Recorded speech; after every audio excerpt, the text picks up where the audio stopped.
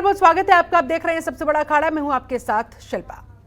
हिंदुस्तान का ताना बाना, भाईचारा, हमारी गंगा जमुनी तहजीब, ये सब आजकल टूटती बिखरती नजर आ रही है। हिंदू मुसलमान दोनों के मन में असुरक्षा का ऐसा डर घर कर गया जिसको निकालना या मिटाना एक टेढ़ी खीर साबित होता हुआ। एक डर की आने वाले समय में मुसलमान अपनी जनसंख्या के बल पर बहुसंख्यक हिंदुओं के संसाधनों पर कब्जा जमा लेंगे। यानी कि एक पुरानी कहावत है कि सूत ना कपास चुलाहों में लट्ठम लट्ठा। जबकि जनसंख्या के आंकड़ों को देखेंगे तो साफ पता चलेगा कि ऐसा कुछ भी नहीं है। लोकतंत्र में सत्ता के लिए नेताओं ने ऐसा डर का माहौल बनाया जो अब दावानल का रूप ले चुका है। यानी एक ऐसी आग जिसको काबू करना मुश्किल होता जा रहा है। दरअसल भारत में हंगामा करवाना बेहद आसान हो गया। बस एक धर्म के खिलाफ भड़काऊ बयान देकर देखो और फिर देखिए किस तरह से विवाद बढ़ता चला जाता है, बेकाबू होता चला जाता है। नूपुर शर्मा विवाद भी कुछ ऐसा ही दिख रहा है, ऐसा ही इसमें होता हुआ नजर आ रहा है। एक बयान सामने आया और देखते ही देखते हंगामा होने लगा। जुमे की नमाज के बाद देश भर के अलग अलग हिस्सों में, अलग अलग राज्यों में बयान को लेकर जमकर बवाल हुआ, पत्थरबाजी हुई, हंगामा हुआ, आगजनी हुई और पुलिस प्रशासन के बाद इस हंगामे की सूचना भी थी। पुलिस को सारी जानकारी थी, लेकिन लगता है कि तमाम सख्ती फेल हो गई। पुलिस की मौजूदगी के बावजूद जमकर पत्थरबाजी हुई, आगजनी हुई। बड़ा सवाल उठता है कैसे होने दिया क्या।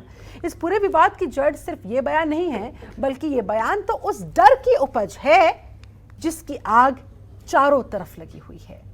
मजहब के नाम पर पहले भी राष्ट्रीयता लोगों को बांटते आए हैं, आज भी बांट रहे हैं। तरह तरह की बातों से खाई अब और गहराती जा रही है, चौड़ी होती जा रही है, बढ़ती जा रही है। दोनों ही धर्मों में डर का माहौल बना दिया गया और यही वो डर है जिससे दो धर्मों के बीच सांप्रदायिक दंगे कल भी होते थे, आज भी हो रहे हैं। तस्वीरें देख लीजिए। इसी मुद्दे पर आज हम करेंगे चर्चा और समझेंगे कि आखिर धर्मों के बीच बन रही इस खाई को कैसे पाटा जाए, लोगों के बीच इस नफरत को कैसे कम किया जाए।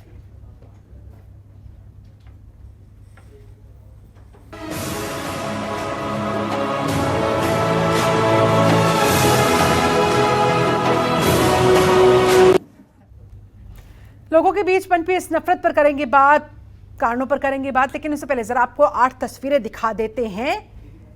ये देखिए, दिल्ली, प्रयागराज, मुरादाबाद, सहारनपुर, सोलापुर, भोजपुर, हावड़ा और रांची, देश के अलग अलग राज्यों की ये अलग अलग हिस्से की तस्वीरें देखिए आपके सामने। किस तरह से नूपुर शर्मा के विवादित बयान के बाद, जिसमें उन्होंने माफी भी मांग ली है, जिसमें उन्हें सस्पेंड भी कर दिया गया है, साथ ही उनके खिलाफ एफआईआर भी दर्ज हो गई है, किस तरह से जबरदस्त भीड़ सड़कों पर उतरी, जमकर हंगामा किया आज जुमे की नमाज के बाद। और भी बहुत सारे सवाल खड़े होते हुए विवादित बयान वापस लेने के बाद भी इस तरह का हंगामा, आगजनी, हिंसा, ये बवाल आखिर क्यों? क्या हिंसा ही है बयान का जवाब? चलिए, अगर विवादित बयान दिया भी तो क्या हिंसा के जरिए उसे जस्टिफाई करने की कोशिश होगी या फिर उसकी सजा देने की कोशिश की जाएगी? इस देश में न्यायपालिका नाम की कोई चीज है कि नहीं है? नमाज के बाद हिंसा, ये किसकी साजिश? एक राज्य नहीं, 2 राज्य नहीं, तमाम राज्यों में ये किस तरह से कनेक्शन बैठाया गया? क्या विवाद से धर्मों के बीच और बढ़ गई है खाई? क्या ये डर है इस पूरे बवाल का कारण, इस पूरे प्रकरण के पीछे की वजह? किस डर ने डाली आखिरकार हिंदू मुसलमान भाईचारे में ये दरार जो बड़ी होती जा रही है? आज इन्हीं तमाम सवालों के हम जवाब खोजेंगे।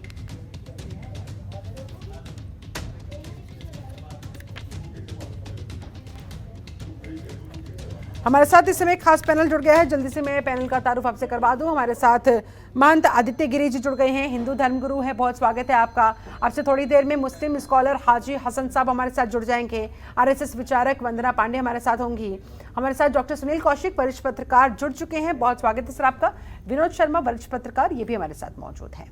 आप सभी खास मेहमानों का बहुत बहुत स्वागत। सबसे पहले कौशिक साहब, आपसे इन तस्वीरों को, इस आगजनी को, इस हिंसा को समझना चाहूंगी।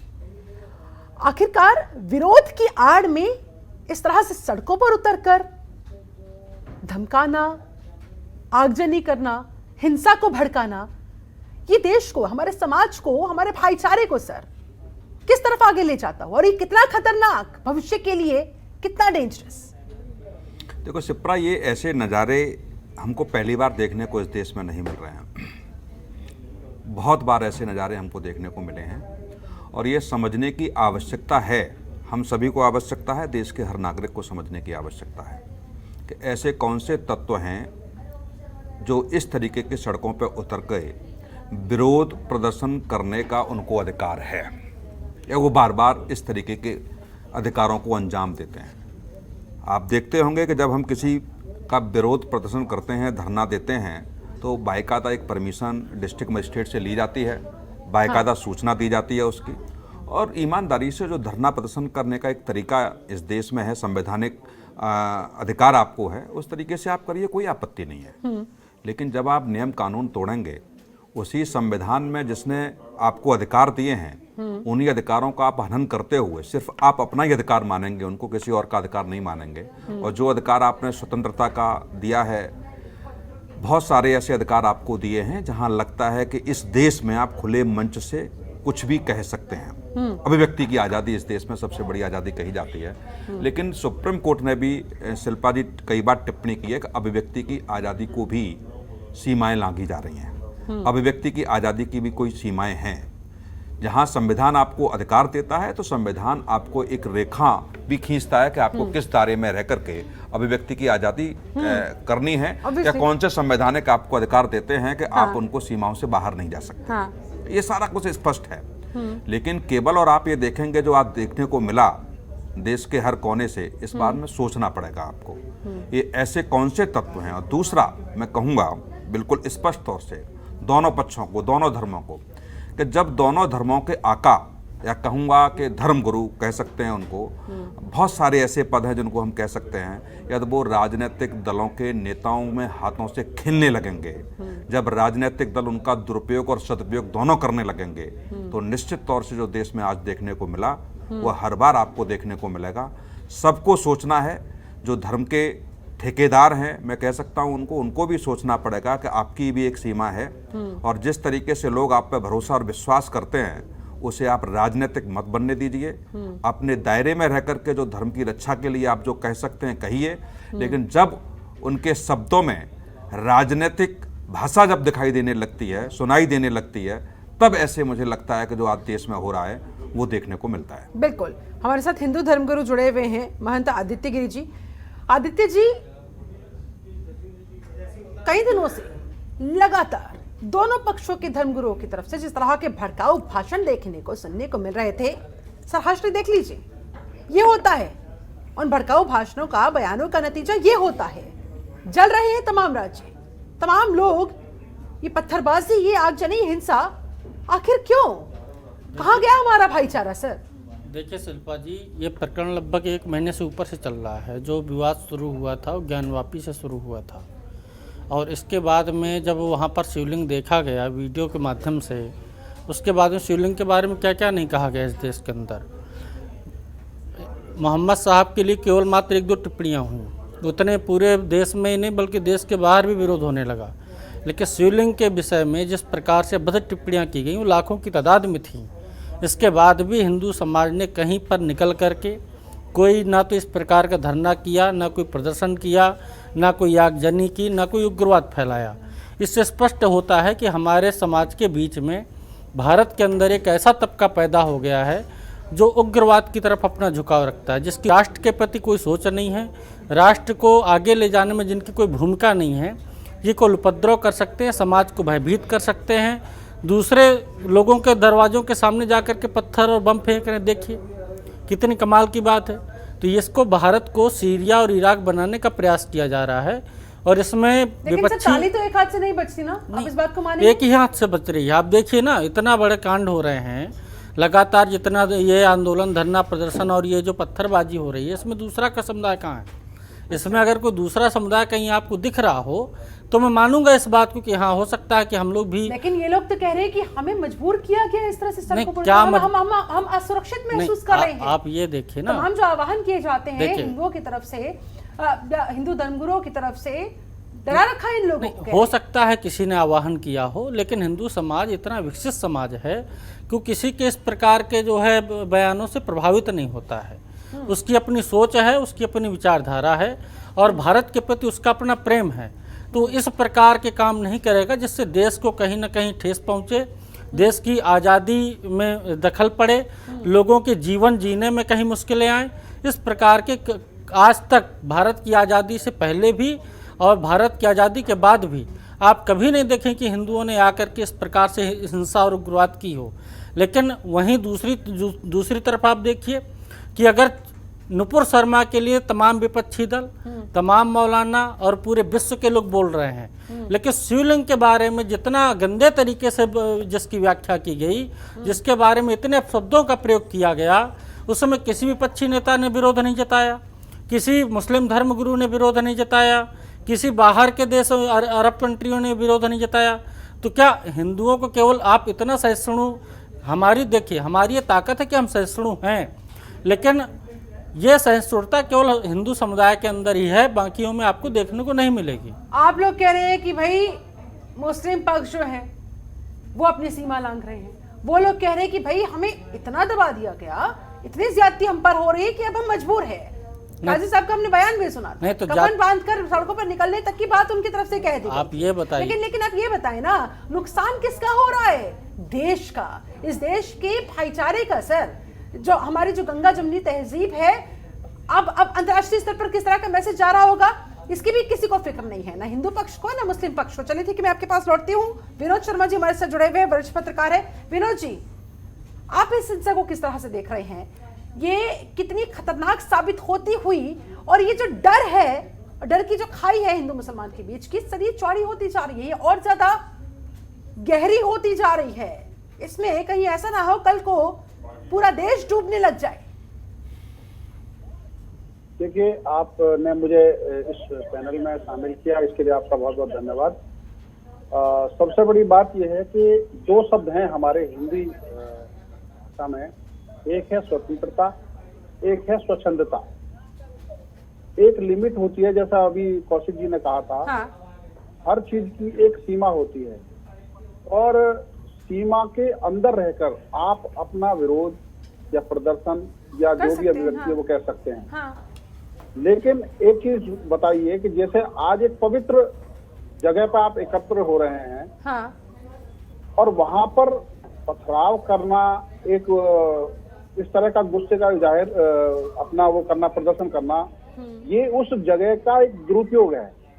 ऐसा नहीं होना चाहिए कि जहां जहां आप पवित्रता के लिए प्रेयर करने जाते हैं, नमाज अदा करने जा रहे हैं, और वहां से अगर इस तरह का संदेश आता है कि लोग, क्योंकि उसमें क्या है कि बीच में कुछ लोग राजनीतिक रूप से जुड़े हुए हैं, हाँ। वो अंदर घुसे और उन्होंने ऐसी बात की। वो दोनों पक्ष में है, हाँ। केवल हम एक पक्ष की बात नहीं कर रहे, तो अपना फायदा दोनों पक्ष में है। हाँ। और उत्तेजित हो रहे हैं लोग, हाँ। वो एक लिमिट में रहें, हाँ। क्योंकि सबको साथ रहना है। आज अगर आज कानपुर में शांति रही है तो इसलिए रही है कि दोनों पक्ष एक साथ जुटे, हाँ। उनको समझाया गया, उनकी समझ में आया, और चूंकि उनको ये पता है कि उनके धन्यवाद भी दिया कारोबार, पुलिस प्रशासन को कि भैया आपने अच्छी कड़ी व्यवस्था की हुई थी, इस वजह से शांतिपूर्ण तरीके से, तनावपूर्ण माहौल होने के बावजूद भी अच्छे तरीके से नमाज अदा की और लोग अपने घरों को चले गए। हाँ, लेकिन दो बातें हैं इसमें भी, क्योंकि दोनों पक्ष के जो मुख्य लोग थे, चाहे वो मुस्लिम समाज के, हिंदू समाज के, उन दोनों ने बैठ के उस बात को समझा, क्योंकि सबके कारोबार साथ साथ चलने हैं, सबको साथ साथ आजीविका करानी है, सबके एक दूसरे के साथ ऐसे रिश्ते नाते हैं जो पड़ोस में रहते हैं कि हम एक दूसरे से अलग नहीं हो सकते हैं। बिल्कुल, लेकिन उनके बीच में कुछ ऐसे तत्व हैं जो अपना दबाव या प्रेशर की राजनीति या प्रभाव दिखाना चाहते हैं कि ताकि शांति अगर हो तो उनको शांति रास नहीं आती, क्योंकि वो उनकी राजनीति उससे खलल डालती है। मैं ये कहना चाहता हूँ कि इस देश में जो कट्टरता है, चाहे वो हिंदू धर्म में हो या मुस्लिम धर्म में हो, कट्टरता को समाप्त करना होगा, सद्भाव को बढ़ाना होगा। हम इस देश के वासी हैं, और इस देश में जैसे एक शरीर के अंदर नसों में खून बहता है, सब शरीर की धमनियां चलती हैं, और शरीर जीवित रहता है, ऐसे ही इस देश में जो लोग रहते हैं, वो चाहे किसी भी धर्म संप्रदाय जाति के हों, वो एक धमनियों में खून जो इनका बहता है वो उस तरह से है, तभी भारत चल रहा है। हाँ। और भारत की विशालता इसी में है, भारत की दुनिया में खासियत यही है कि हम विविधता में एकता के साथ और इस तरह से चल रहे हैं कि जो पूरी दुनिया में एक मिसाल है। लेकिन फिलहाल सर ये तस्वीरें भी तो अंतर्राष्ट्रीय स्तर पर जब पहुंचेंगी तो उसी मिसाल पर बहुत बड़ा एक प्रश्न चिन्ह लग जाएगा कि क्या ये है हकीकत उस मिसाल की। चलिए ठीक है सर, मैं आपके पास लौटती हूँ। हमारे साथ दो और खास मेहमान इस समय जुड़ चुके हैं, जल्दी से उनका भी मैं ओपनिंग रिमार्क ले लेती हूँ। हाजी हसन साहब हमारे साथ जुड़ गए हैं, मुस्लिम स्कॉलर है, बहुत स्वागत करते हैं सर आपका। वंदना पांडे हमारे साथ जुड़ चुकी है, RSS विचारक है, आपका भी बहुत स्वागत है मैडम। हाजी हसन साहब, ये हिंसा, ये आगजनी, गिरफ्तारी की मांग को लेकर इस तरह से सड़कों पर उतरना, कानून को अपने हाथ में ले लेना कितना जायज है सर? बिल्कुल उसी तरह से नाजायज है जिस तरह से कि किसी इष्ट देव को, किसी पैगंबर को, किसी देवी देवता के बारे में अभद्र और आपत्तिजनक टिप्पणी करना। बड़ा अफसोस हो रहा है। आज भारतीय जनता पार्टी की पता नहीं कौन सी क्या मजबूरी है, भारत ही नहीं विदेशों में तमाम दुनिया में निंदा प्रस्ताव पारित हो रहे हैं, उनको समझाना पड़ रहा है, उसकी अरेस्टिंग नहीं हो रही। ऐसा क्या खास है? अगर किसी ने भी किसी धर्म के किसी भी इष्ट देव का कोई गलत शब्दों का प्रयोग करता है तो इंडियन पेनल कोड में, भारतीय संविधान में जो धाराएं हैं उनके तहत उस पर कार्रवाई हो जाए। तो ये सारा मसला क्यों एक ऐसा संदेश दिया जा रहा है, क्यों एक ऐसा माहौल क्रिएट किया जा रहा है कि जिसमें बराबर इस तरह की हो रही। मैं किसी भी तरह की हिंसा के खिलाफ हूँ, कोई भी हिंसा, चाहे वो पत्थरबाजी हो, चाहे वो नारेबाजी हो या जो भी हो। अच्छा दूसरी चीज, अच्छा सर ठीक है, आपकी इसी बात पर आप ये मुझे इतना समझा दीजिए, अंतर्राष्ट्रीय स्तर पर आपको भारत की इज्जत की परवाह थी कि भाई क्यों नहीं गिरफ्तारी कर लेते हैं भाई, जब इतना दबाव हो रहा है तमाम जगह पर, जब जवाब देना पड़ रहा है तो कर लीजिए गिरफ्तारी, ऐसा क्या खास बात है, ऐसा क्या पॉइंट है ऐसा। लेकिन ये जो तस्वीरें अब अंतर्राष्ट्रीय स्तर पर जाएंगी, अब देश की बदनामी नहीं होगी सर? नहीं, बिल्कुल बहुत भारी बदनामी हो रही है कि हिंदुस्तान में, भारत में जो सभी धर्मों का आदर करता है, वहां पैगंबर प्रॉफिट के खिलाफ टिप्पणी की गई, उसका विरोध प्रदर्शन करने निकलते हैं लोग तो उनके ऊपर रासुका लगाया जा रहा है। ये भी हो रहा है, ये भी एक मैसेज जा रहा है। ये तो और ज्यादा बदनामी हो रही है कि वहां पे अगर कोई प्रदर्शन करने निकलते हैं तो उनको बर्बरता पूर्वक उनसे टकराव हो रहा है, प्रशासन का टकराव हो रहा है या किसी का भी टकराव हो रहा है। ये तो और ज्यादा ये गलत बात जा रही है। और जो लोग भी टकराव कर रहे हैं ना, वो इंसान है, वो इंसानियत ही नहीं मानते, तो मुसलमान तो दूर की बात है। तो फिर इन लोगों के खिलाफ कड़ी से कड़ी कार्रवाई होनी चाहिए सर, आप सहमत हैं इस बात से? और जरा मुझे ये भी समझा दीजिए, जिन लोगों के हाथों में आज पत्थर थे, जिन लोगों ने वहां पर हिंसा की, आगजनी की, ये कौन लोग थे सर? क्योंकि नमाज पढ़ने के बाद बाहर निकलना, इबादत करने के बाद आप बाहर निकल रहे हैं, पत्थरबाजी कर रहे हैं, सर सवाल तो उठता है ना फिर इनकी मंशा पर। ये तो उत्तर प्रदेश सरकार को समझाना पड़ेगा कि अयोध्या में मस्जिदों के बाहर जो लोग वो फेंक रहे थे वो कौन लोग थे। देखिए, अपराधी सिर्फ अपराध से पहचाना जाता है। ये सवाल दरअसल मैंने, आपने बहुत सही बात की कि अपराधी अपराध से पहचाना जाता है, लेकिन सर जब इन्हीं अपराधियों के खिलाफ एक्शन होता है तो आप जैसे तमाम धर्मगुरु सर सामने आ जाते हैं, सवाल खड़े करने लगते हैं, कहने लगते हैं कि टारगेट किया जा रहा है, इसलिए मैंने आपसे सवाल किया। नहीं, किसी अपराधी के खिलाफ कोई नहीं आता है। अगर शहर काजी ने कहा था तो ये कहा था अगर बेगुनाहों के खिलाफ एक तरफा कार्रवाई होगी तो हम कफन बांध के बाहर निकलेंगे। तो इसमें कौन सी बुरी बात है? हमें हमारा मान रहे हैं ना, ये जो पत्थर फेंक रहे थे ये तो बेगुनाह नहीं थे ना, जो पत्थर फेंक रहे थे, वीडियो में कैद हुए हैं, तस्वीरें जिनकी आई है, ये तो बेगुनाह नहीं थे ना। कल को जब इन्हें चिन्हित करके इनके खिलाफ बुलडोजर कार्रवाई होगी या सख्त से सख्त कार्रवाई होगी तो आप लोगों को आपत्ति नहीं होगी ना? नहीं, बिल्कुल नहीं होगी। कानपुर से सिर्फ 5 लोग अभी तक पकड़े गए हैं, सिर्फ 5 लोग चिन्हित हुए पकड़े गए। वो कानून का काम है सर, वो पुलिस का काम है, पुलिस अपना काम करेगी। चलिए ठीक है, कम से कम आपने इतना तो स्वीकार किया, इतना तो एडमिट किया कि जिनके हाथ में पत्थर है वो किसी भी समुदाय से क्यों ना हो, उसके खिलाफ कार्रवाई होनी चाहिए। स्टूडियो में बैठ के ये काम करेंगे, ये काम फेलुअर पुलिस का है। हाँ, पुलिस का काम है, बिल्कुल। हाँ, ये सरकार का फेलुअर है, उसमें तो आप बात नहीं कर रही है। क्या हम आप कर लेंगे फैसला, हम आप कार्रवाई करेंगे? हम आप कैसे, कहां से कर लेंगे सर? हम चर्चा इस बात पर कर रहे हैं कि आखिरकार ये हिंदू मुसलमान के बीच की जो खाई है ये क्यों चौड़ी होती जा रही है। और चलिए ठीक है, कौन है नुपुर शर्मा, राजनेता? कौन है नवीन जिल्लत, राजनेता? आप एक मुस्लिम धर्मगुरु हैं, आप ये बताइए, राजनेताओं का क्या है? क्या है राजनेताओं का? अपने एजेंडा के तहत भड़काऊ बयान देते हैं अपने अपने फायदे के लिए। लेकिन आप लोग तो धर्मगुरु हैं। मैं महंत आदित्य गिरि जी से भी मेरा ये सवाल है, और हाजी हसन साहब आपसे मेरा ये सवाल है, आप लोग तो धर्मगुरु है ना, आप लोगों को अपने लोगों को समझाना चाहिए कि भाई इन लोगों के चक्कर में आपस का भाईचारा कम नहीं होना चाहिए। आप लोगों की क्या जिम्मेदारी बनती है? देखिए आप और हम बनके हम हाथ से हिंदू माँ से मुसलमान बनके हम बनता है, आप और हम में बांटिए मत, हम सब एक है। हाँ। हम सबको आपके मंच से, जनतंत्र टीवी के मंच से, हम बैठे हुए सभी पत्रकारगण, हिंदू धर्मगुरु या मैं, हम सबको मांग करनी चाहिए भारत सरकार से, उत्तर प्रदेश सरकार से कि हाँ। जिसने अपराध किया है उस अपराधी को जेल में डालिए, बिल्कुल। मामला यही खत्म कीजिए। ठीक है। क्यों देश को, प्रदेश को आग में जलाया जा रहा है, क्यों? यही सवाल है कि नमाज के बाद जिन लोगों के हाथों में पत्थर थे, ये आखिर किसकी साजिश है? ठीक है, आरएसएस विचारक। नहीं, शिल्पा जी एक सवाल इनसे पूछ लीजिए कि नुपुर शर्मा के साथ साथ ओबीसी के खिलाफ भी मुकदमा लिखा गया है, और कल मुकदमा लिखते ही मुस्लिम समुदाय सड़कों पे आ गए थे दिल्ली में, तो क्या ओबीसी की गिरफ्तारी भी होगी क्या नुपुर शर्मा के साथ? तब तो कोई आपत्ति नहीं है। चाहिए जिसने भी किया हो। चलिए ठीक है। मैं हाजी हसन अहमद, अगर मैं भड़काऊ बयान दे रहा हूँ तो मेरी भी गिरफ्तारी हो। चलिए ठीक है अगर सर। आप दे तो आपकी भी हो। ये आपने न्याय संगत बात कही। ठीक है सर, स्वागत करते हैं। ये आपने न्याय संगत बात कही है। ठीक है हाजी हसन साहब, और हम उम्मीद करेंगे।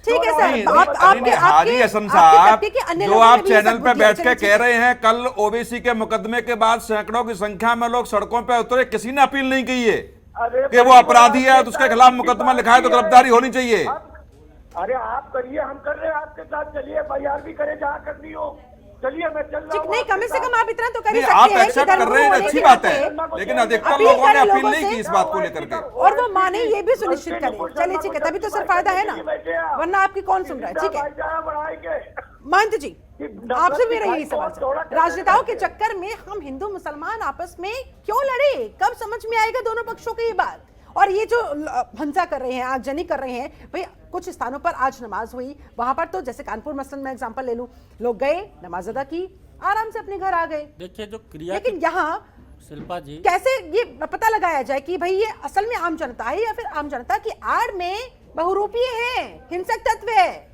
देखिए शिल्पा जी, जो क्रिया की प्रतिक्रिया होती है वो तुरंत होती है, वो सोच समझ करके दिनांक निर्धारित करके नहीं होती है। लेकिन सर लोकतंत्र में इसकी इजाजत नहीं होती कि क्रिया की प्रतिक्रिया तुरंत दी जाए। सर फिर लोकतंत्र का बात, न्यायपालिका का बात की, वही बात मैं कह रहा हूं। किसी को अधिकार नहीं देता अपने हाथों में कानून नहीं। अगर इनको मान लीजिए नुपुर शर्मा के बयान से इतना ठेस पहुंचा था, ठीक है, तो जो भी जिसको बोलना था उसी दिन बोलता।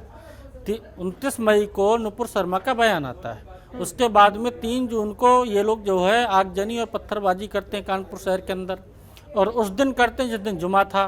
तो मस्जिदों से ही आखिर ये पत्थर क्यों निकलते हैं? मस्जिदों में ऐसा कौन सा जखीरा है पत्थरों का कि वहां से इनको पत्थर इतने सारे मिल जाते हैं, और फिर वो आकर जो आम जनता के ऊपर लग रहा है कि भाई इसके पीछे किसी की हम लोग हमारे अचानक से पत्थर वहां पर कैसे पहुंच जाते हैं, कैसे वो तमाम उपकरण, पेट्रोल पंप कैसे पहुंच जाते हैं कि हिंसा को और आगजनी को अंजाम दिया जाता है। हमारे साथ आरएसएस विचारक वंदना पांडे जी भी जुड़ गई हैं। वंदना जी, किसकी लग रही है साजिश? कौन भड़का रहा है? कौन जला रहा है इस देश को? वही जला रहे हैं इस देश को जिसके मनोमस्तिष्क में इस देश को अपना मानने की प्रवृत्ति नहीं है। अन्यथा इस देश को बिगाड़ने का, इस देश की फैब्रिक को बिगाड़ने का काम क्यों होता? पहली बात। और जो आप अभी प्रश्न कर रही थी कि देश में इतनी खाई क्यों पैदा हो गई है, इसकी जड़ें आज तो नहीं हुई है। इसकी जड़ें तो तब हुई जब इस देश के 2 टुकड़े हुए। इसकी जड़ें तो तब हुई जब ट्रेनों में भर भर के लाशें आई थी, लेकिन हमने सब विस्मृत किया। इसीलिए विस्मृत किया ये मान करके कि जो इस देश में है वो मेरे हैं, वो चाहे बाई चॉइस रहे हो या बाई डिफॉल्ट रहे हो, लेकिन जो इस देश में है वो मेरे हैं, वो अपने हैं, वो इस भारत के हैं। लेकिन उन लोगों के मन में ये बात कभी नहीं आ रही है कि ये देश उनका है। अन्यथा अब दूसरों से ये अपेक्षा करना, हमको सभी धर्मों का सम्मान करना है, ये हिंदू धर्म सिखाता है। हिंदू धर्म उदार चरिता नाम वसुधैव कुटुंबकम की बात करता है। तो भारत ही नहीं, पूरा विश्व उसका परिवार है। लेकिन सबको मानना चाहिए कि इस देश में रहने विडंबना तो लेकिन यही है ना वंदना जी, एक ही अगर मानती तो शायद सड़कों पर ऐसी तस्वीरें आज देखने को मिलती नहीं है और हमें आज ये डिबेट नहीं रखनी पड़ती, क्योंकि ये वाकई में बेहद गंभीर है, बेहद संवेदनशील है और सबसे बड़ी बात ये हमारे देश का सवाल है। आज चर्चा हो रही है अखाड़े में जो हिंदू मुसलमान के बीच खाई चौड़ी होती जा रही है और उसके पीछे जिम्मेदार कौन है? वो भड़काऊ बयान है जो राजनेताओं की तरफ से दे दिए जाते हैं अपने अपने एजेंडा के तहत, अपने अपने वोट बैंक के तहत। लेकिन भुगतना किसे पड़ता है? हमें, आपको, हम सबको। आखिर क्यों और कब तक ये हिंसा, कब तक ये आगजनी इस तरह से जारी रहेगी? आखिर धर्मों के बीच ये जो खाई बनती जा रही है इसे पाटा कैसे जाए? लोगों के बीच नफरत जो पनपी हुई है उसे कम कैसे किया जाए? विवादित बयान वापस लेने के बाद भी बवाल क्यों? क्या हिंसा है बयान का जवाब? नमाज के बाद हिंसा, किसकी साजिश? क्या विवाद की वजह से धर्मों के बीच में और बढ़ गई है खाई? क्या ये डर है इस पूरे बवाल के पीछे? मुसलमान कह रहा है हम डरे हुए हैं, हमें सुरक्षित महसूस नहीं हो रहा है, इसीलिए क्या उन्हें इजाजत मिल जाती है फिर पत्थर लेकर इस तरह से सड़कों पर उतरकर हमला करने की या फिर हिंसा को अंजाम देने की? बहुत सारे सवाल हैं जिनके हम जवाब आज लगातार खोजने की कर रहे हैं कोशिश। हमारे साथ एक खास पैनल लगातार जुड़ा हुआ है। कौशिक साहब, आप ही का रुख करते हुए, सर ठीक है, नाराज है एक पक्ष कि भाई कार्रवाई नहीं हुई तो डिले से हुई या हम संतुष्ट नहीं है कार्रवाई से, हमें तो गिरफ्तारी चाहिए, लेकिन सर कानून को अपने हाथ में लेने की इससे इजाजत तो नहीं मिल जाती? यानी कि एक गलत को सही साबित करने के लिए दूसरा भी गलत कर दे, दो रॉन्ग एक राइट तो नहीं बना देता ना। ये बात आखिरकार समझाई कैसे जाए? देखो शिल्पा, इस देश के संविधान ने सब लोगों को समान अधिकार दिए हैं। आप कुछ चीज़ों से असहमत हो सकते हैं, आंदोलन कर सकते हैं, धरना दे सकते हैं, हाँ। जुलूस निकाल सकते हैं, कोई दिक्कत नहीं है उसमें। हाँ। सारी चीज़ें संवैधानिक दायरे में होनी चाहिए। हाँ। तो बहुत अच्छी लगती हैं और फिर लोग भी आपके साथ आते हैं। लेकिन एक धार्मिक कार्यक्रम के बाद जब आपकी नमाज अदा होती है, नमाज अदा होने के बाद जब ऐसी घटनाएं हों तो मुझे लगता है कि धर्म पर सवाल उठते हैं। जो नमाज अदा कराते हैं उनको समझना पड़ेगा कि ऐसी परिस्थितियां न हो कि नमाज अदा करने के बाद एक आप बहुत अच्छा ईश्वर को याद करके जब आप बाहर निकलते हैं, अपने ईश्वर को, अल्लाह को याद करते हुए जब आप बाहर निकलते हैं तो फिर हाथ में पत्थर ऐसे आक्रामक आपको होने की आवश्यकता नहीं है। यार ऐसा होता है तो इसका भी फिर कोई न कोई रास्ता निकाला जाएगा। ये बहुत दिनों तक चलने वाला नहीं है। लेकिन सर क्या आपको ये पूरी साजिश नहीं लग रही है? क्योंकि एक जगह पर नहीं, अलग अलग राज्यों में, अलग अलग स्थानों पर आज ही के दिन तमाम लोगों का एक साथ घर से बाहर निकल कर आना, इस तरह से पूरी तैयारी के साथ, क्योंकि अचानक से तो पत्थर वहां पर इतनी बड़ी संख्या में मिल नहीं जाएंगे ना। ये कनेक्शन, ये मैसेज का पास ऑन होना और सब लोग फिर एक साथ उसे इम्प्लीमेंट करना, सर ये क्या दिखा रहा है? नहीं, मैं इसको शिल्पा जी साजिश तो नहीं मानता, लेकिन ये हमको भी समझना पड़ेगा, सरकार को भी समझना पड़ेगा कि जब कोई समुदाय बिना पढ़ा लिखा होता है, अनपढ़ थोड़ा होता है, तो उनको उकसाने में बहुत ज़्यादा समय नहीं लगता।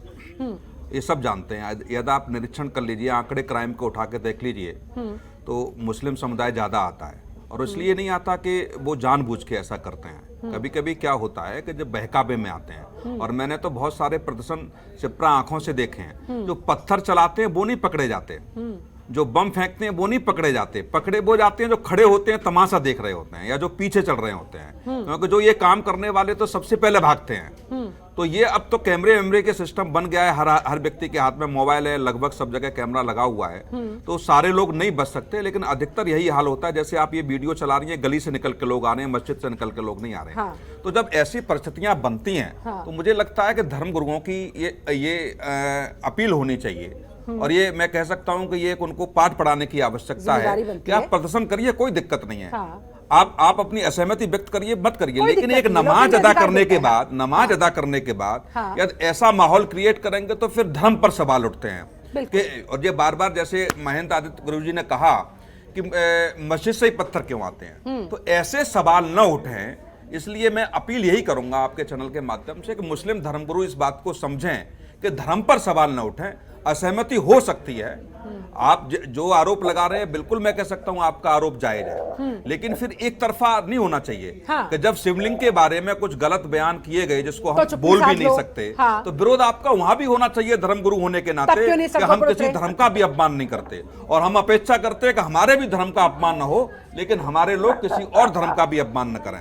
और कल मैं देख रहा था, इसमें तो कोई कल आपत्ति मैं नहीं देख है रहा ना? था जब सरकार ने एक्शन लिया जिसमें हिंदू धर्म, हंसने की बात नहीं है, आप जैसे जाहिल लोग हंसते हैं तभी तो ये लोग पत्थरबाजी हो रही है। आप लोग अपनी जिम्मेदारी नहीं समझ रहे इस बात को लेकर के। जो मुश्किल स्कॉलर जो लिखवा रखा है और आप हंस के इसको उड़ा रहे हैं, नहीं आप उसको हंस रहे हैं, तो ये सब चीजें ठीक नहीं है। आप जैसे लोगों ने कल ये अपील नहीं की, जब दिल्ली में नहीं विरोध प्रदर्शन हो रहा था तो आपने नहीं कहा इस बात को लेकर के किसी हिंदू नहीं नुपुर शर्मा के खिलाफ मुकदमा लिखा, कोई हिंदू संगठन बाहर निकला क्या? किसी ने प्रदर्शन किया क्या? ओबीसी के खिलाफ होकर के आप लोग सड़कों पे उतर आए।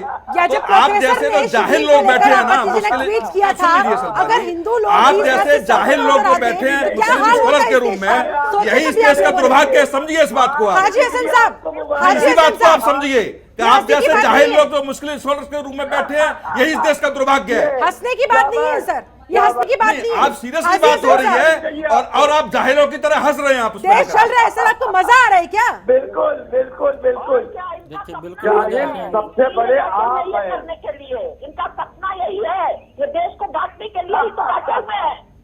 एक सेकंड मुझे बात करने दीजिए वंदना जी, एक सेकंड।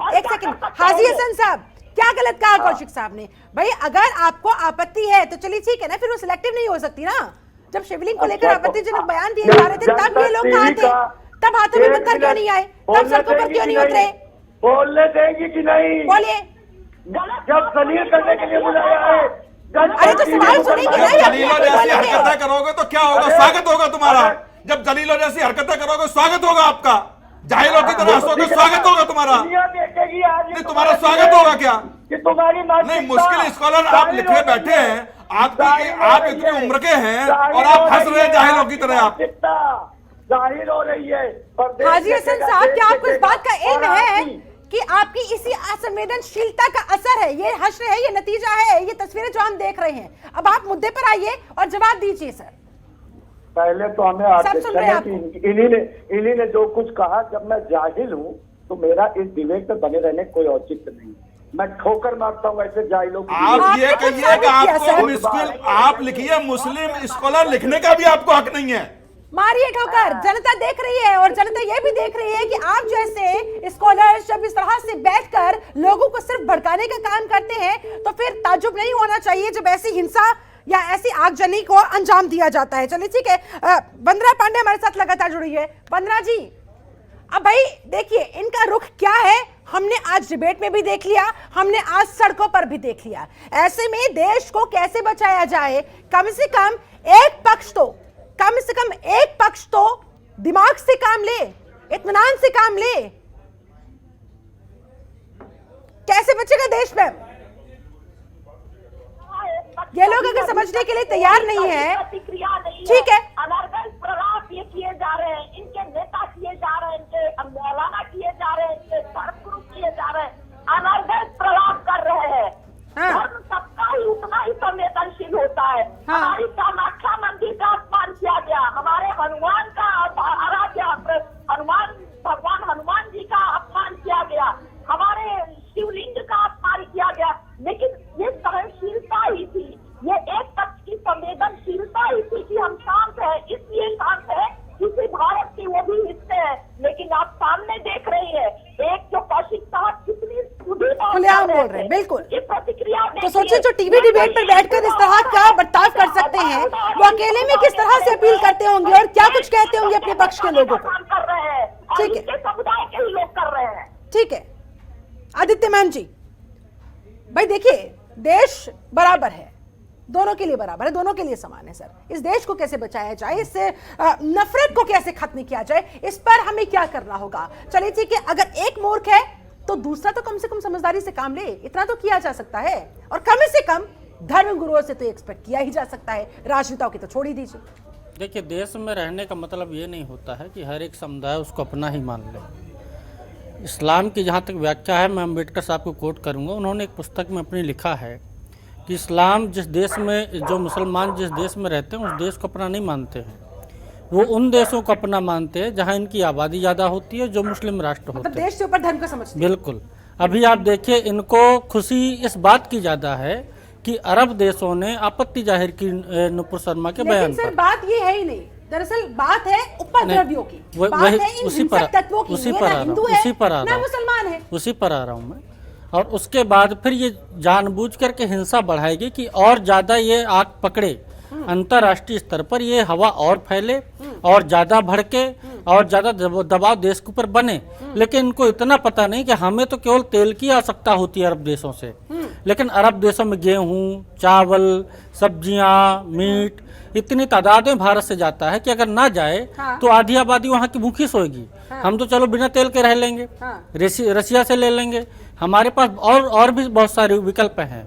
लेकिन अरब देशों के पास इन चीज़ों का कोई विकल्प नहीं है और ये इन जाहिलों को पता नहीं है। और इसी वजह से मैं फिर आपसे वही सवाल करूंगी। देखिए, ताली एक हाथ से नहीं बज सकती है। हाजी हसन साहब ने यही गलती की थी, उन्होंने कहा नहीं बज रही है। ये ताली नहीं बजा रहे, ये ताली दोनों नहीं, पक्षों को शिल्पा समझना जी, ये होगा ना। ताली नहीं, पत्थर बजा रहे हैं और वो एक ही हाथ से चलता है, उसमें दोनों हाथों की जरूरत नहीं होती। ये नौबत क्यों आन पड़ी, इसके पीछे के कारणों में भी तो जाना होगा ना। देखिए, ये कोई बहुत बड़ा बयान नहीं था। नुपुर शर्मा ने कोई ऐसी बात नहीं कही थी जो बिल्कुल विपरीत हो। नुपुर शर्मा ने वही कहा था जो इनकी किताब में लिखा हुआ है। चलिए, जो हदीस चाहे में नुपुर लिखा शर्मा ने वही, कहा हो, उसी की चाहे व्याख्या किसी और की। पक्ष के व्यक्ति ने कहा हो, मैं तो ये कह रही हूँ कि कानून बैठा है ना। हाँ, तो कानून लोकतंत्र कार्रवाई बैठा है, करेगा। न्यायपालिका बैठी हुई है, वो अपने आप उसका हिसाब कर लेगा। बयान दिया है, विवादित दिया है, कैसा दिया है, उसका क्या इम्पैक्ट पड़ा है, न्यायपालिका बैठी हुई है। लेकिन उससे पहले ही दोनों पक्षों के लोग आखिरकार अपना अपना फैसला सुनाने पर क्यों तुल जाते हैं? विनोद शर्मा जी, सवाल का जवाब मैं आपसे लेना चाहूंगी। और क्या इसी वजह से ये नफरत इस तरह से भड़कती हुई, सबको अपने में स्वाहा करती हुई? देखिए, अब इस समय कुछ ऐसे संगठन हैं जो छिपकर काम करते हैं, और आपने देखा होगा जो लोग पत्थर चला रहे हैं, आप ये सोचिए जिसके हाथ में पत्थर है वो किसको मार रहा है, उसका मकसद क्या है, वो क्यों मार रहा है? क्या मस्जिद में निकलने के बाद उसके ये किसी ने उकसाया है उसको कि आपको पत्थर चलाना है? तो जो बात मैं कह रहा हूँ वो इसलिए कह रहा हूँ कि उसके पीछे एक संगठन है जो आजकल सोशल मीडिया के जरिए एक दूसरे से नेटवर्क कनेक्ट हो रहा है। बहुत दिन से चल रहा है PFI का, और भी ऐसे संगठन हैं जो बाकायदा लोगों को इकट्ठा करते हैं, उनको उकसाते हैं, और इसके साथ साथ और भी मैं बताऊं कि आजकल अंतर्राष्ट्रीय साजिश के तहत भी ये काम हो रहा है जो भारत को अस्थिर करने की कोशिश है। और अस्थिर करने की कोशिश में ये एक जरा सा ये जो बात नूपुर ने कही थी उसने माफी मांग ली। अगर यहाँ के भारत के शांति प्रिय लोग हैं तो उस बात को वहीं खत्म कर देते, और वो अब लोग आग में घी डालने का काम इसलिए कर रहे हैं कि उससे उनकी राजनीति चलनी है आगे और देश में अस्थिरता का माहौल पैदा करना है, जो भारत के लिए अच्छा नहीं है। क्योंकि देश में इस समय जो हमारी संस्था है, जो हमारी सांस्कृतिक धरोहर है, उसको इस तरीके से नष्ट करने की कोशिश की जा रही है और ये बदनाम करने की कोशिश की जा रही है देश को दुनिया में। तो वहां पर ऐसा होता है, जबकि अभी सारी दुनिया जानती है कि अगर हमारे यहाँ सभी धर्मों का सम्मान नहीं होता तो बाकी धर्म भी हैं, लेकिन इस समय पत्थर कहाँ से निकल रहे हैं और किस पर चल रहे हैं? जो पत्थर चल रहे हैं वो किसको लग रहे हैं? क्या वो आदमी नहीं है या उसका पड़ोसी नहीं है या कोई कारोबारी नहीं है जिसको पत्थर मारा जा रहा है? क्यों मारा जा रहा है? उसका दोष क्या है? और विनोद जी, ये भी जरा समझाए कि जिस बार बार डर की बात की जाती है कि भाई हम असुरक्षित हैं, डरे हुए हैं, न जाने कल को क्या हो जाएगा, ये डर है या उनका एजेंडा है? क्या लगता है? एजेंडा है, ये एजेंडा है। क्योंकि अगर आपस में समन्वय की बात होती तो बहुत सारे ऐसे लोग हैं आज भी बहुत सारे ऐसे लोग हैं जो हमारी भारतीय संस्कृति को नंबर 1 मानते हैं, देश को ऊपर मानते हैं, समाज को ऊपर मानते हैं। धर्म बाद में आता है, समाज, देश और संस्कृति आगे आती है। और धर्म को हम अपने देश के राष्ट्र धर्म से माने ना। अगर धर्म ही मानना है तो राष्ट्र धर्म सर्वोपरि है। क्यों? अगर मैं लेकिन सर यहाँ पे हाजी हसन जैसे कुछ आडंबर ओढ़े हुए लोग भी बैठे होते हैं, कुछ कपड़े लोग भी होते हैं जिन्होंने डिबेट में आने के बाद शुरू में तो कहा कि नहीं, जो भी उपद्रवी है किसी भी पक्ष से ताल्लुक क्यों ना रखता उसके खिलाफ कार्रवाई होनी चाहिए, लेकिन जल्दी उनका पर्दाफाश हो गया, जल्दी उनका जो असल चेहरा था वो सामने आ गया, और जब सवाल उनसे हजम नहीं हुए उसके बाद वो डिबेट छोड़कर भाग गए। ऐसे में मुसलमानों को ऐसे लोगों से भी सतर्क रहना होगा। उन्हें वो कहते हैं ना कि हिंदुओं से डर लगता है, ऐसे लोगों को पहले देखना होगा कि ये कितना खतरनाक उन लोगों के लिए साबित हो जाते हैं। जाहिर सी बात है। चलिए ठीक है सर, जिम्मेदारी है। मेरा ये कहना है हाँ? कि अगर देश में सबको सुरक्षित रहना है तो अपनी बात कहने का अधिकार सबको है। बिल्कुल, क्यों नहीं एक उचित, लेकिन लोकतांत्रिक तरीका ना, नहीं आज अगर हर कोई हाथों में पत्थर लेकर सड़कों पर उतराएगा, कहेगा कि हमारी कहीं नहीं सुनी जा रही है, हमें डर लग रहा है, हम असुरक्षित महसूस कर रहे हैं, तो सोचिए इस देश का क्या हाल होगा। ठीक है सर, मैं कह रहा हूँ जैसे साक्षरता है इस समाज में, उस धर्म में साक्षरता बहुत कम है। क्या कभी इस साक्षरता के मुद्दे पे लोग इकट्ठे हुए, पत्थर बरसाए, हाँ, कभी धरने दिए, कभी प्रदर्शन किए। चलिए ठीक है सर, वंदना पांडे जी काफी देर से कुछ कहना चाह रही है। सारी सुविधाओं को लेकर जो सरकार के अधिकार, ठीक है वंदना जी, कुल मिलाकर अब हमें इस पर, क्योंकि डिबेट का अंतिम पड़ाव है मैडम, समाधान की तरफ अगर हम बात करें तो क्या कुछ किया जा सकता है, क्योंकि दोनों तरफ से हाथ आगे बढ़ेंगे तभी ये संभव हो पाएगा। सद्भाव की और भाईचारे की जो बात कही जाती है उसे वास्तविकता में अमल में लाया जा सकेगा। उसके लिए क्या किया जाना चाहिए, क्योंकि देश को बचाना है। ये इन्हीं को समझना पड़ेगा। जो हिंदू समुदाय है, हिंदू धर्म के लोग हैं, वो तो बिल्कुल शालीनता के साथ शांत बैठे हुए हैं। इतने पत्थर फेंके इन्होंने, इतने पत्थर फेंके, बताइए जवाब में किस धर्म के लोगों ने पत्थर फेंका? कि इनके ही धर्म गुरुओं को सामने आने पड़ेंगे, इनके ही पढ़े लिखे विद्वानों को सामने आना पड़ेगा, इनके ही तहजीब वाले लोगों को सामने आना पड़ेगा। लेकिन जब ये सामने आते हैं तो ऐसे हंसते हैं संवेदनशील मसलों पर कि मानो न जाने क्या अवार्ड इन लोगों ने जीत लिया है, करके देश को नहीं, तो किससे उम्मीद लगाई जाए? और अगर ये डर है, इसको डर कहते हैं, आप बताइए, सड़कों पर निकल करके लोगों का जीना सुधार कर देना, इसको अगर डर कहते हैं तो फिर तो भाई डर की परिभाषा ही बदल गई है। ठीक है कौशिक साहब, मस्जिदों से निकलते हैं, अल्लाह के नाम पर अजान करते हैं, नमाज पढ़ते हैं, और बाहर निकलते, यानी कि कौशिक साहब कुल मिलाकर हाजी हसन साहब जैसे लोग, लोगों को इनके हाथी की दांत वाली कहावत, खाने की कुछ और दिखाने की कुछ और। इनको भी मुस्लिम समुदाय के लोगों को भी सामने आना पड़ेगा कि इन लोगों के बीच जाहिल जो लोग हैं, जो इनको भड़काने का काम करते हैं, जो इनको बदनाम करने का काम करते हैं, वो इनको भी एक्सपोज करना पड़ेगा। ये कुछ लोग महसूस करते हैं हाँ कुछ इन लोगों के बीच है, लेकिन बोल नहीं पाते, उन्हें बताना पड़ेगा सामने आकर के कि हम लोगों के बीच भी जाहिल लोग रह रहे हैं, इस तरीके के लोग कमी के चलते वो इजीली विश्वास भी कर लेते हैं, काफी वल्नरेबल भी हो जाते हैं। बिल्कुल, आप देखिए ना कि जब नमाज अदा हो जाने के बाद ही घटनाएं ऐसी क्यों होती हैं?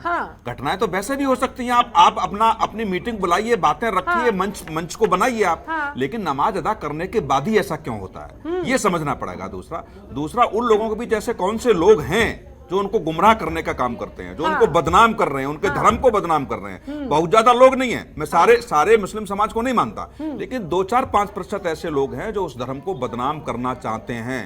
वो धर्म गुरुओं का जो कह सकते हैं कि जो पाठ पढ़ा रहे हैं या जो पीछे के पर्दे से जो उनके दिमाग को ब्राश करते हैं, उन लोगों को पहचानने की आवश्यकता है कि ऐसी विचारधारा कैसे डेवलप हो रही है। तो ये सरकार की भी जिम्मेदारी बनती है कि जो इनकी तमाम एजेंसियां हैं, उन एजेंसियां उनके बीच रह करके ऐसे लोगों को कुचलने का काम करें। जब तक ऐसे लोग कुचले नहीं जाएंगे, संवैधानिक डंडे की बात कर रहा हूं मैं, संविधान के डंडे में तमाम ऐसी आईपीसी की धाराएं हैं, उनके हिसाब से आप उनको डालिए, कुचलिए उनको, तब देश में शांति। लेकिन सर जब कार्रवाई होती है ऐसे लोगों के खिलाफ तो फिर यही वर्ग सबसे पहले उठकर सामने आता है, कहते देखिए एक तरफा कार्रवाई हो रही है। जब पत्थर बरसाए जा रहे थे या फिर जो उपद्रव मचाया जा रहा था तो क्या दूसरे पक्ष के लोग शामिल नहीं थे? नहीं, कहने दीजिए जो कह रहा है। अब तो देखो, पहले आरोप लगाना, आदरणीय विनोद जी बैठे हुए हैं और हम लोग बैठे हुए हैं, तब पहले आरोप लगाना आसान था क्योंकि किसी के हाथ में मोबाइल नहीं था, वीडियो कैमरे नहीं थे, तो जो लोग हम लिखते थे कहते थे वही सत्य होता था। अब तो कैमरा हर चीज सत्यता बताता है आपको, हर एंगल से आपको रिकॉर्ड कर रहा है, तो कौन क्या कह रहा है इसमें जाने की आवश्यकता है ही नहीं। और जुडिशियल में आप देख रहे हो कि आज ज्ञानवापी मस्जिद को भी कहा, रिकॉर्डिंग कराई, फोटोग्राफ्स उनके आए हैं सामने उनके, तो अब बताने की आवश्यकता नहीं है, हर चीज आपके सामने बिल्कुल शीशे की तरह साफ है। तो ये इस चीज में नहीं जाना है कौन क्या कह रहा है, लेकिन निश्चित तौर से जी हाँ विनोद जी दीजिए।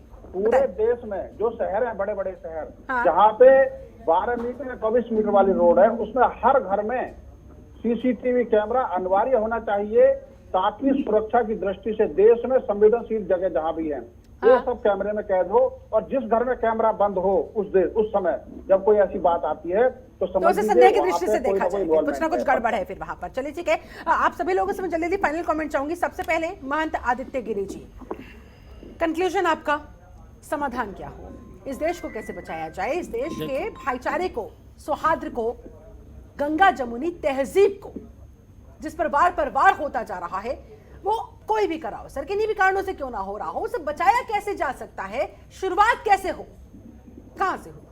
देखिए, पहली बात तो मैं ये कहना चाहूँगा कि ये लोग अनपढ़ नहीं हैं। जैसे बार बार कहा गया कि अनपढ़ हैं, तो ये अनपढ़ नहीं है, बाकायदा इनको ट्रेनिंग दी जाती है मदरसों में, और ये ट्रेनिंग शुदा लोग होते हैं। और आप दूसरी बात देखेंगे कि जो पढ़ा लिखा जो हिंदू समाज है ना, वो आपको संभ्रांत दिखेगा, लेकिन जो ज़्यादा पढ़ा लिखा मुस्लिम समाज है वो आपको कट्टर दिखेगा। आप इनके वकीलों को देखिए, बहुत सारे तबकों में लोग कार्य करते हैं, उनकी जब आप बात को सुनेंगे तो आपको समझ में आ जाएगा कि इनके अंदर कितनी कट्टरता है, और वही लोग इनको बरगलाते हैं।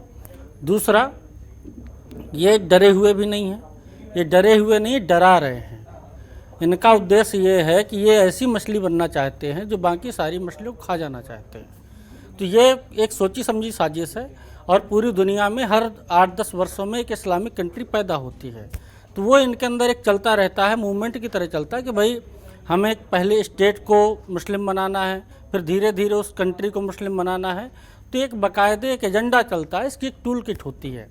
और दूसरा, जैसे आपने कहा कि इसका समाधान क्या है, तो इसका समाधान ये है कि जहाँ से भी पत्थर निकले, चाहे वो मंदिर, चाहे वो मस्जिद हो या किसी का घर हो, जिस घर से पत्थर निकलता है उस घर को बाकायदे सील कर देना चाहिए, समाधान हो जाएगा। ठीक है, कौशिक साहब फाइनल कमेंट आपका, भारत माता इन जख्मों को कब तक सहती रहे? समाधान तो वो सर बहुत आवश्यक है ना, रास्ता तो कुछ ना कुछ निकालना पड़ेगा ना, कोई तो इनका इलाज ढूंढना पड़ेगा ना।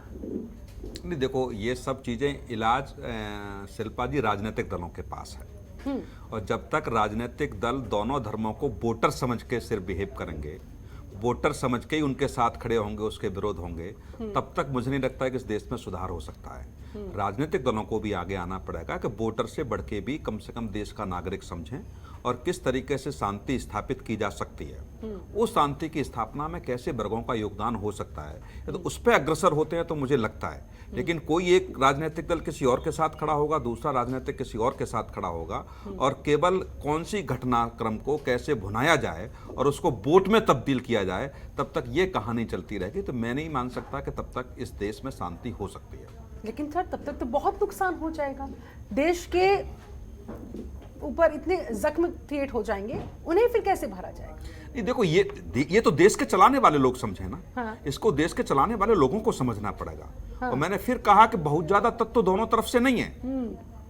जम्मू कश्मीर में भी आप देखिए, जब मैं एक कमेटी में गया तो वहां लिखा है 5 से 7% लोग हैं जो जम्मू कश्मीर में शांति नहीं चाहते, 90% लोग शांति चाहते हैं। वही इस देश में है तो 2-4-5% ही लोग हैं ऐसा जो शांति नहीं चाहते। हाँ। तो उनको कैसे चिन्हित किया जाए, उनको कैसे व्यवस्थाओं में लाया जाए? बिल्कुल ठीक है, क्योंकि जब तक एक्सपोज नहीं होंगे तब तक उनसे सतर्क कैसे हुआ जाएगा? विनोद शर्मा जी, फाइनल कमेंट आपका सर, समाधान आपका, सुझाव आपका।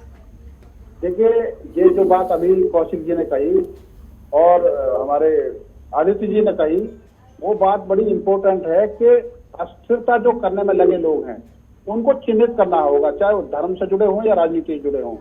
और अब एक छोटा सा उदाहरण बताऊं, कश्मीर में घटनाएं घट रही हैं और ऐसी घटनाएं जो मानवीयता की है, उस पर कभी भी यहाँ के जो धर्मगुरु हैं या बड़े लोग हैं, जो जिम्मेदार लोग हैं, वो कभी उस पर कमेंट नहीं करते, जबकि उन पर उनको कमेंट करेंगे तो एक प्रेशर बनेगा जो उग्रवाद की धारा में पहुंचे हुए लोग हैं। जब उनके साथ कोई घटना घटती है, और कश्मीर में भी कई नेता ऐसे हैं जो उस पर कोई कमेंट नहीं करते, वो जाति और धर्म के हिसाब से कमेंट करते हैं। ऐसा नहीं होना चाहिए। राष्ट्र धर्म सर्वोपरि है, और राष्ट्र धर्म को जो भी क्षति पहुंचाए उसको चिन्हित करें और उनके खिलाफ लोकतांत्रिक व्यवस्था के तहत कार्रवाई करें। अगर उसका प्रावधान नहीं है तो संसद में कानून बनाकर उसको सख्ती से लागू करें, तभी ये संभव है। सख्ती से होना चाहिए, तभी ये संभव हो पाएगा। वंदना पांडे जी, जाते जाते आपका फाइनल कमेंट, कंक्लूजन। देखिए, सीधे और स्पष्ट तौर पर इनके मेंटल ट्रीटमेंट की ही जरूरत है, इन्हीं की काउंसलिंग की जरूरत है। क्योंकि हिंदू समाज निकल के पत्थरबाजी नहीं कर रहा है, पत्थरबाजी मुस्लिम समाज ही कर रहा है, पत्थरबाजी जो है वो आगजनी वही कर रहे हैं। तो इसलिए जिस भी तरह से, जिस भी स्तर पर इनकी ही काउंसलिंग की जरूरत है। और दूसरी चीज ये जो इनके पीएफए जैसे संगठन है, जो स्लीपर सेल है, उस पर सरकार को बहुत सख्ती से निर्णय लेने की जरूरत है। अन्यथा जो ये स्लीपर सेल और लेकिन मुझे लगता है लोगों की काउंसलिंग के साथ साथ नुपुर शर्मा, नवीन जिंदल जैसे लोगों को भी, ऐसे लोगों को भी सोचना होगा किसी भी बयान को देने से पहले उसका क्या इम्पैक्ट पड़ सकता है और उसका देश पर क्या असर होगा, किन किन लोगों को उसका असर भुगतना पड़ेगा, उन्हें भी सोचने की आवश्यकता है। क्योंकि ताली मैं फिर कह रही हूं, एक हाथ से कभी नहीं बचती है, ऐसे में दोनों पक्ष की बराबर की जिम्मेदारी होती है। चलिए, बहुत बहुत शुक्रिया आप सभी खास मेहमानों का मेरे साथ इस चर्चा में जुड़ने के लिए, समय निकालने के लिए बहुत बहुत धन्यवाद आपका। तो कुल मिलाकर 100 बात की बात यही कि जब तक राष्ट्र धर्म को सर्वोपरि नहीं समझेंगे तब तक इस समस्या का समाधान नहीं हो सकता है। क्योंकि देश सबसे ऊपर है, उसके बाद कोई धर्म आता है, उसके बाद कोई व्यक्ति आता है।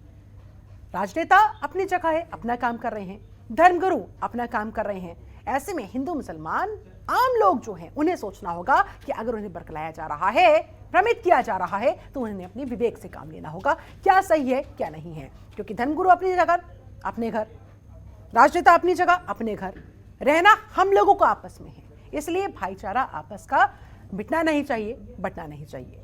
फिलहाल मेरे साथ इस चर्चा में जुड़ने के लिए आप सभी का बहुत शुक्रिया। बने रहे जनतंत्र टीवी के साथ। नमस्कार।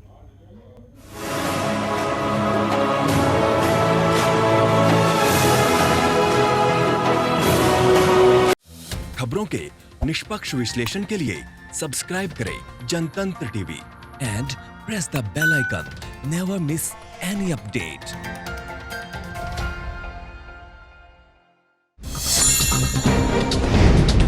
डाउनलोड कीजिए जनतंत्र टीवी ऐप को, जो कि अवेलेबल है गूगल प्ले और ऐप स्टोर पर।